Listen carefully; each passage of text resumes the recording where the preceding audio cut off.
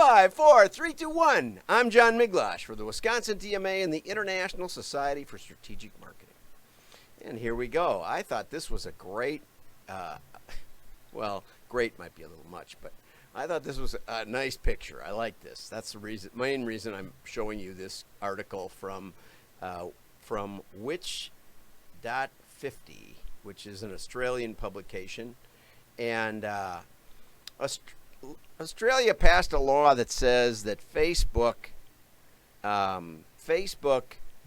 needs to pay publishers for their news content. Facebook and Google. Now, there's a couple of problems with the law. There's a lot of problems with the law. One is they basically define digital platforms as Facebook and Google because they have the money, okay? It says there's a bargaining power imbalance. Let's leave that up for a while.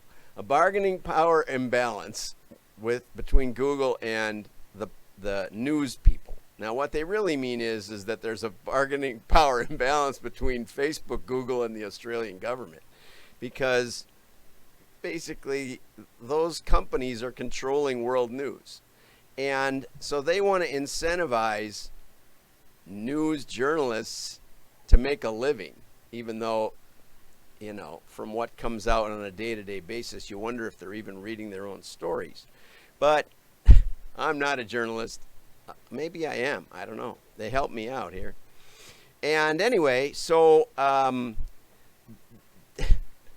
these digital, there's a bunch of dumb rules. It's basically a shakedown. That's what this Thompson says.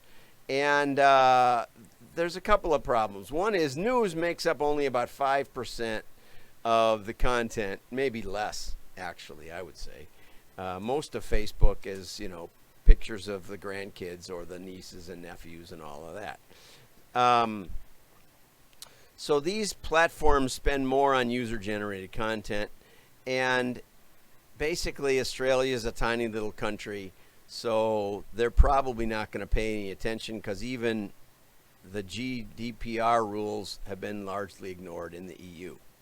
Which brings us to another interesting internet article, that TikTok may go dark.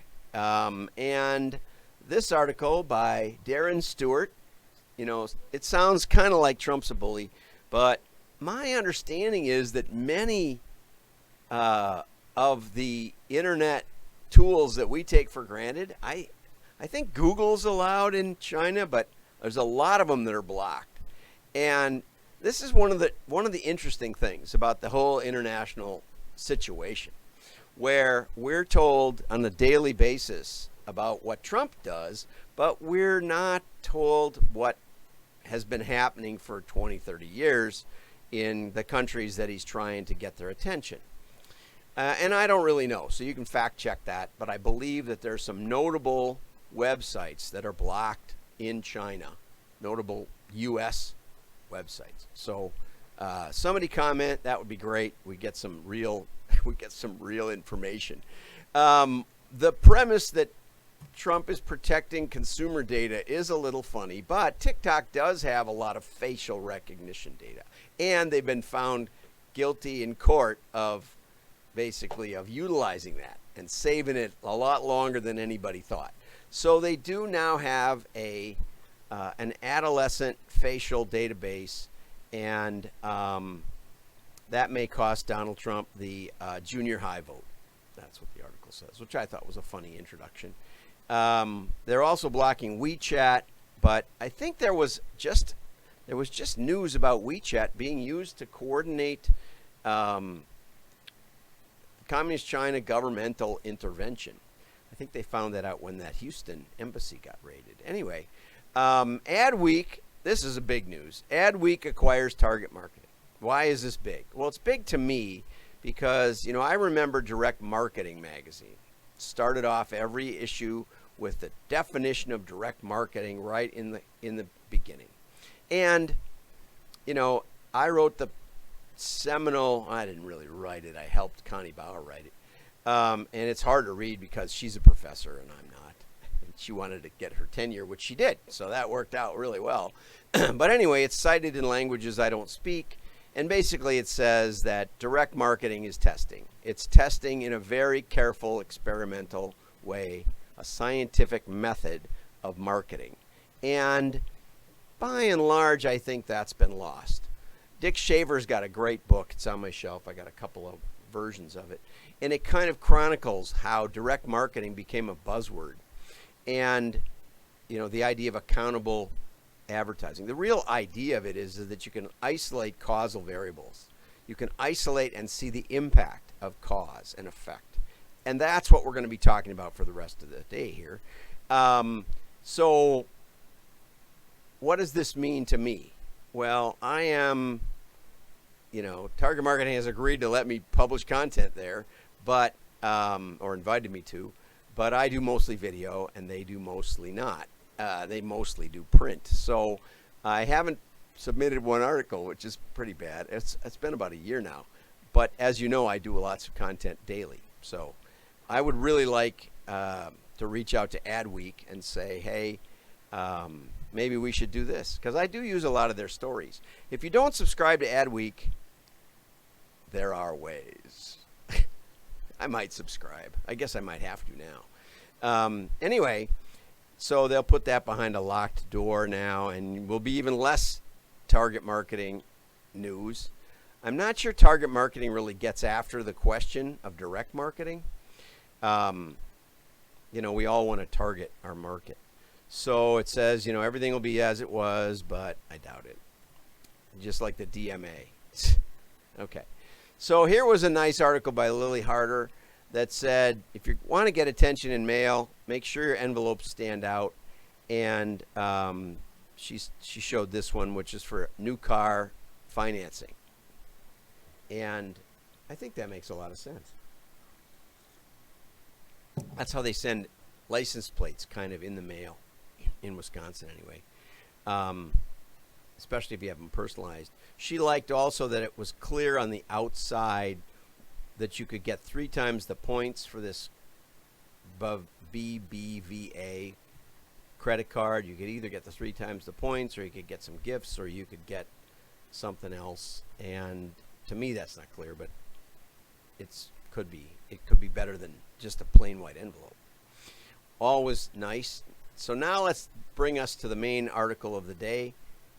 Personalization. Stephen Yu, one of my favorite authors in target marketing, almost always, talks about how hard it is to do personalization. Right off the bat, I take issue with some of the stuff Stephen says. Now that I've said all the nice stuff, messages that are not relevant to the target will be utterly ignored. We consumers are trained to ignore irrelevant messages. Stephen, that is not true. We are not trained to ignore. Everything in our brain and eyes ignores as much as possible. Look at thinking fast and slow. It's a survival mechanism. We can only pay attention to a very small little dot. Okay, so I can look at my face on the screen, or I can look at the camera. It's hard to look at the camera. Nothing much is going on. But my friend Jim said I need to look at the camera more. It takes a great effort for me to force myself to look at the camera, partly because I'm ignoring everything else. All the external threats, all the snakes or the attack squirrels or anything else that could come at me. Okay? So it's not that the consumers are trained to ignore your ads. It's that our brain ignores as much as possible in the entire world. We are wired to pay attention to threats and ignore everything else. And most ads are not threats. And there you go.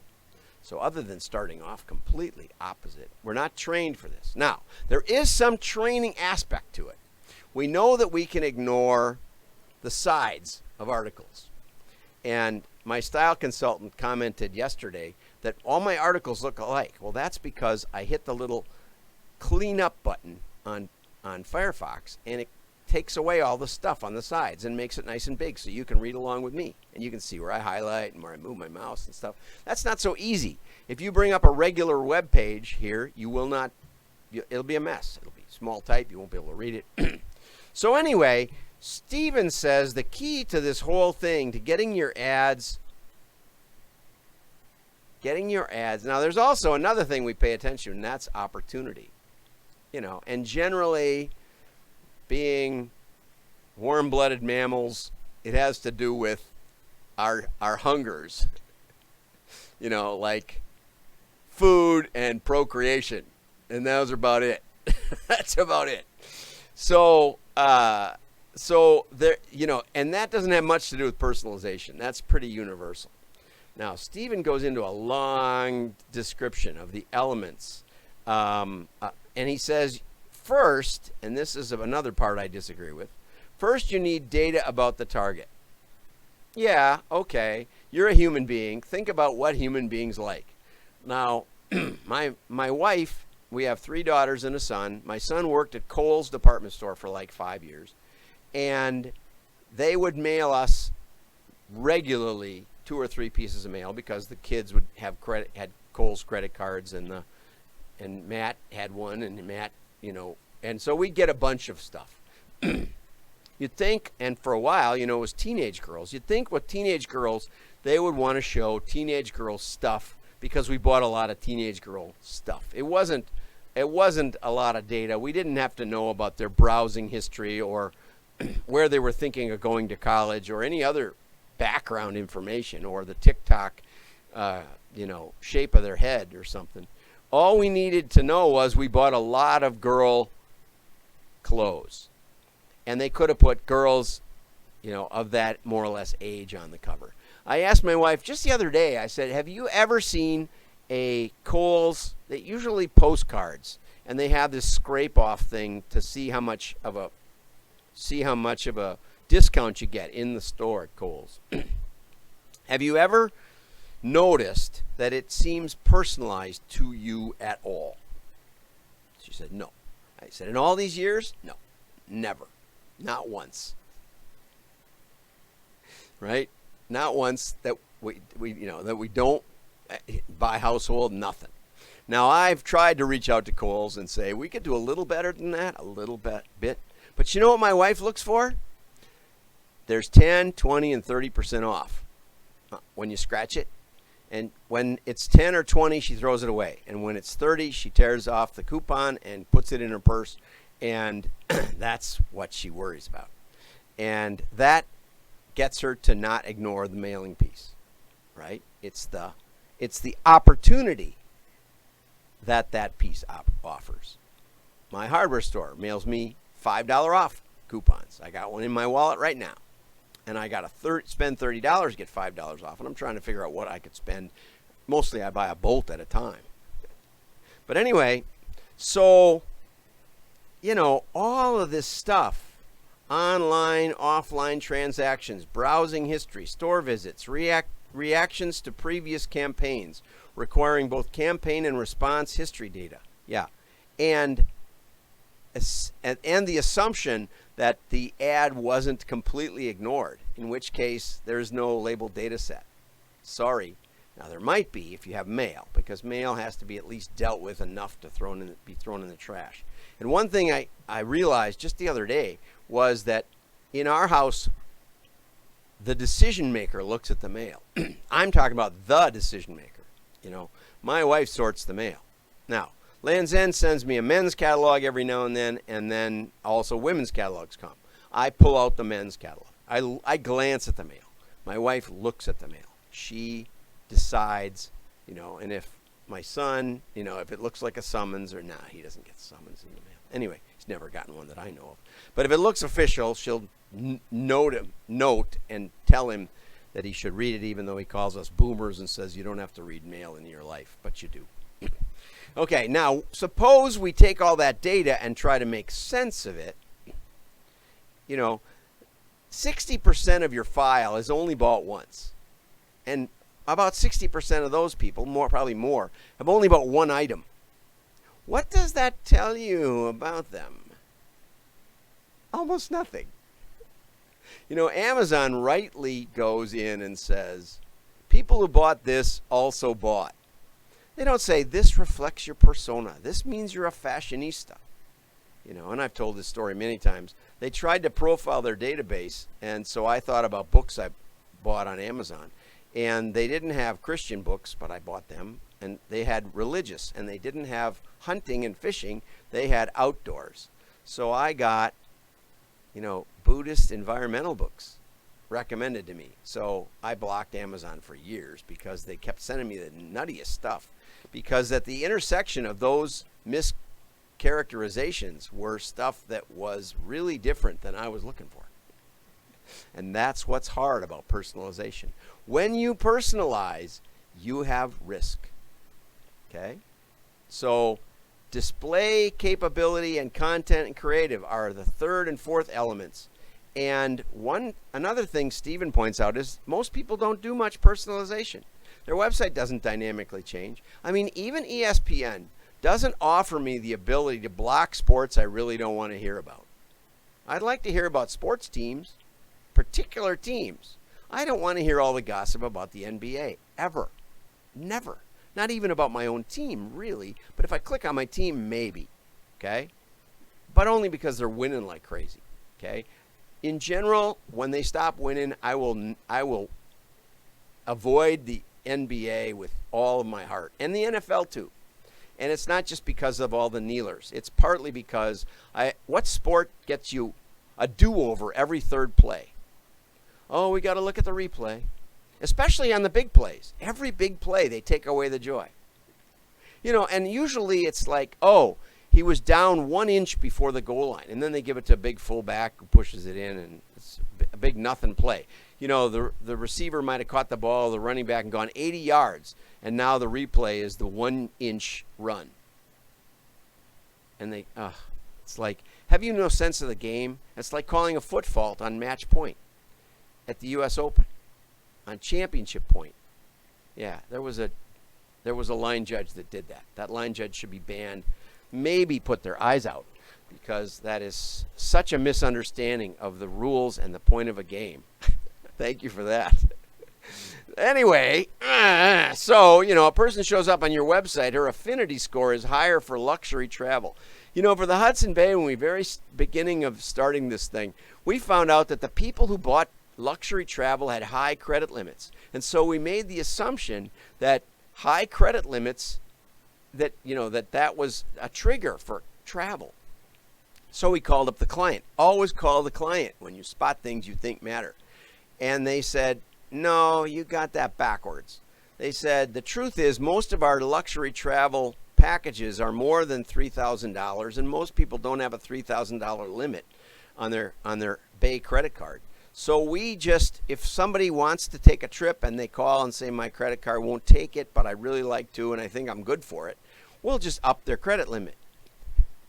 So the fact is almost literally nobody that takes a trip with the Hudson Bay doesn't have a higher credit limit because they raise it just so they can go on the trip. You don't think that's happening in your company? You don't think people are behind the scenes making these decisions? Anyway, so you say, okay, I'm going to show the luxury of travel rather than the family-oriented travel. But what you don't know is that the grandkids are just old enough now to do a Disney cruise. Why don't you know that? Because you don't know it, right? Because that's a missing piece. Or maybe grandma and grandpa are thinking of booking it. Just thinking about it. And so they go to some websites and you say, oh, well, we'd pick up on that.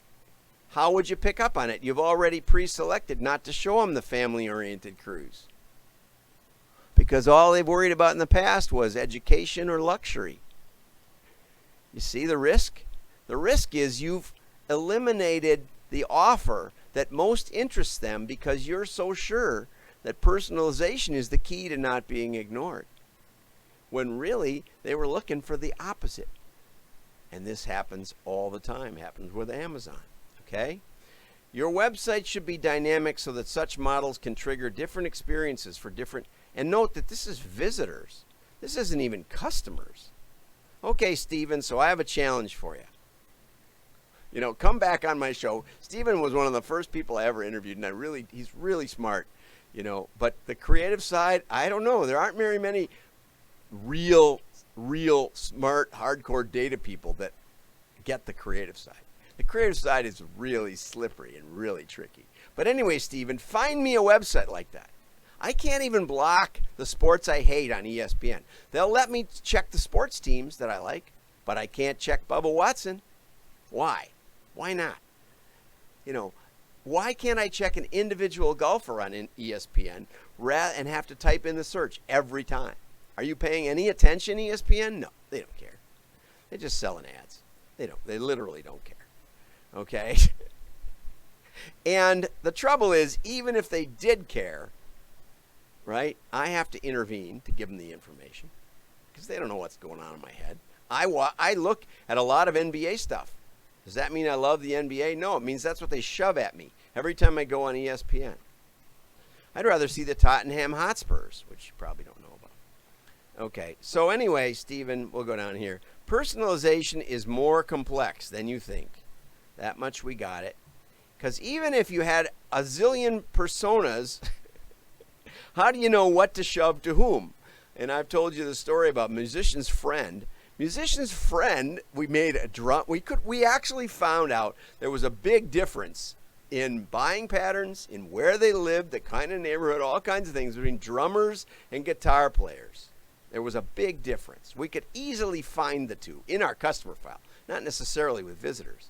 Okay, so there's this huge difference. So musician's friend goes out and sells ads to the drum companies. Say, support our work. We'll put an ad in the drummer catalog. We'll make a special drummer catalog just for you. And then the same thing with the guitars, And for about 18 months, we tried to get that to work.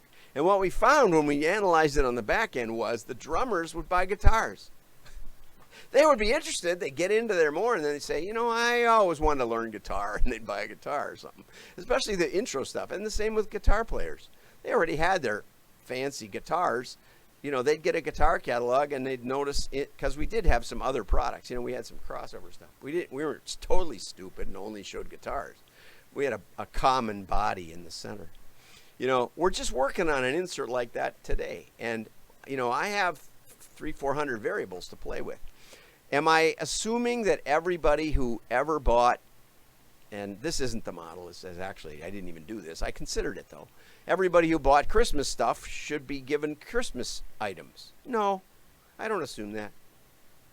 Now they have their $3,000 Christmas tree pre-lit on a, with pre-recorded music and Siri embedded. I don't know, I've never heard of that product, but probably somebody could build it.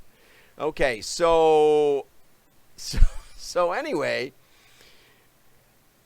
yeah, and then tag these digital assets with relevant persona names. Even if I know your persona, if you had more than two, let's keep it simple. Let's keep it simple. Stephen, the challenge to you is find somebody who's doing this stuff. I want to see it. I want to go to their website and see what they think I am. And if they figure that out, I'll be amazed. And I will, we should make this like a side bet, $1. I'll give you $1. I'll PayPal it to you. Have a great day. Like and share. Your friends will know you're smart. Oh, and I learned yesterday I got to keep on here for a little bit. So say hi. I'll type something. Thanks for the likes. Likes. And you can share this content somehow. I'm just talking because it cut me off yesterday, so now it won't cut me off. At least that's how we hope. Have a great day. Bye-bye.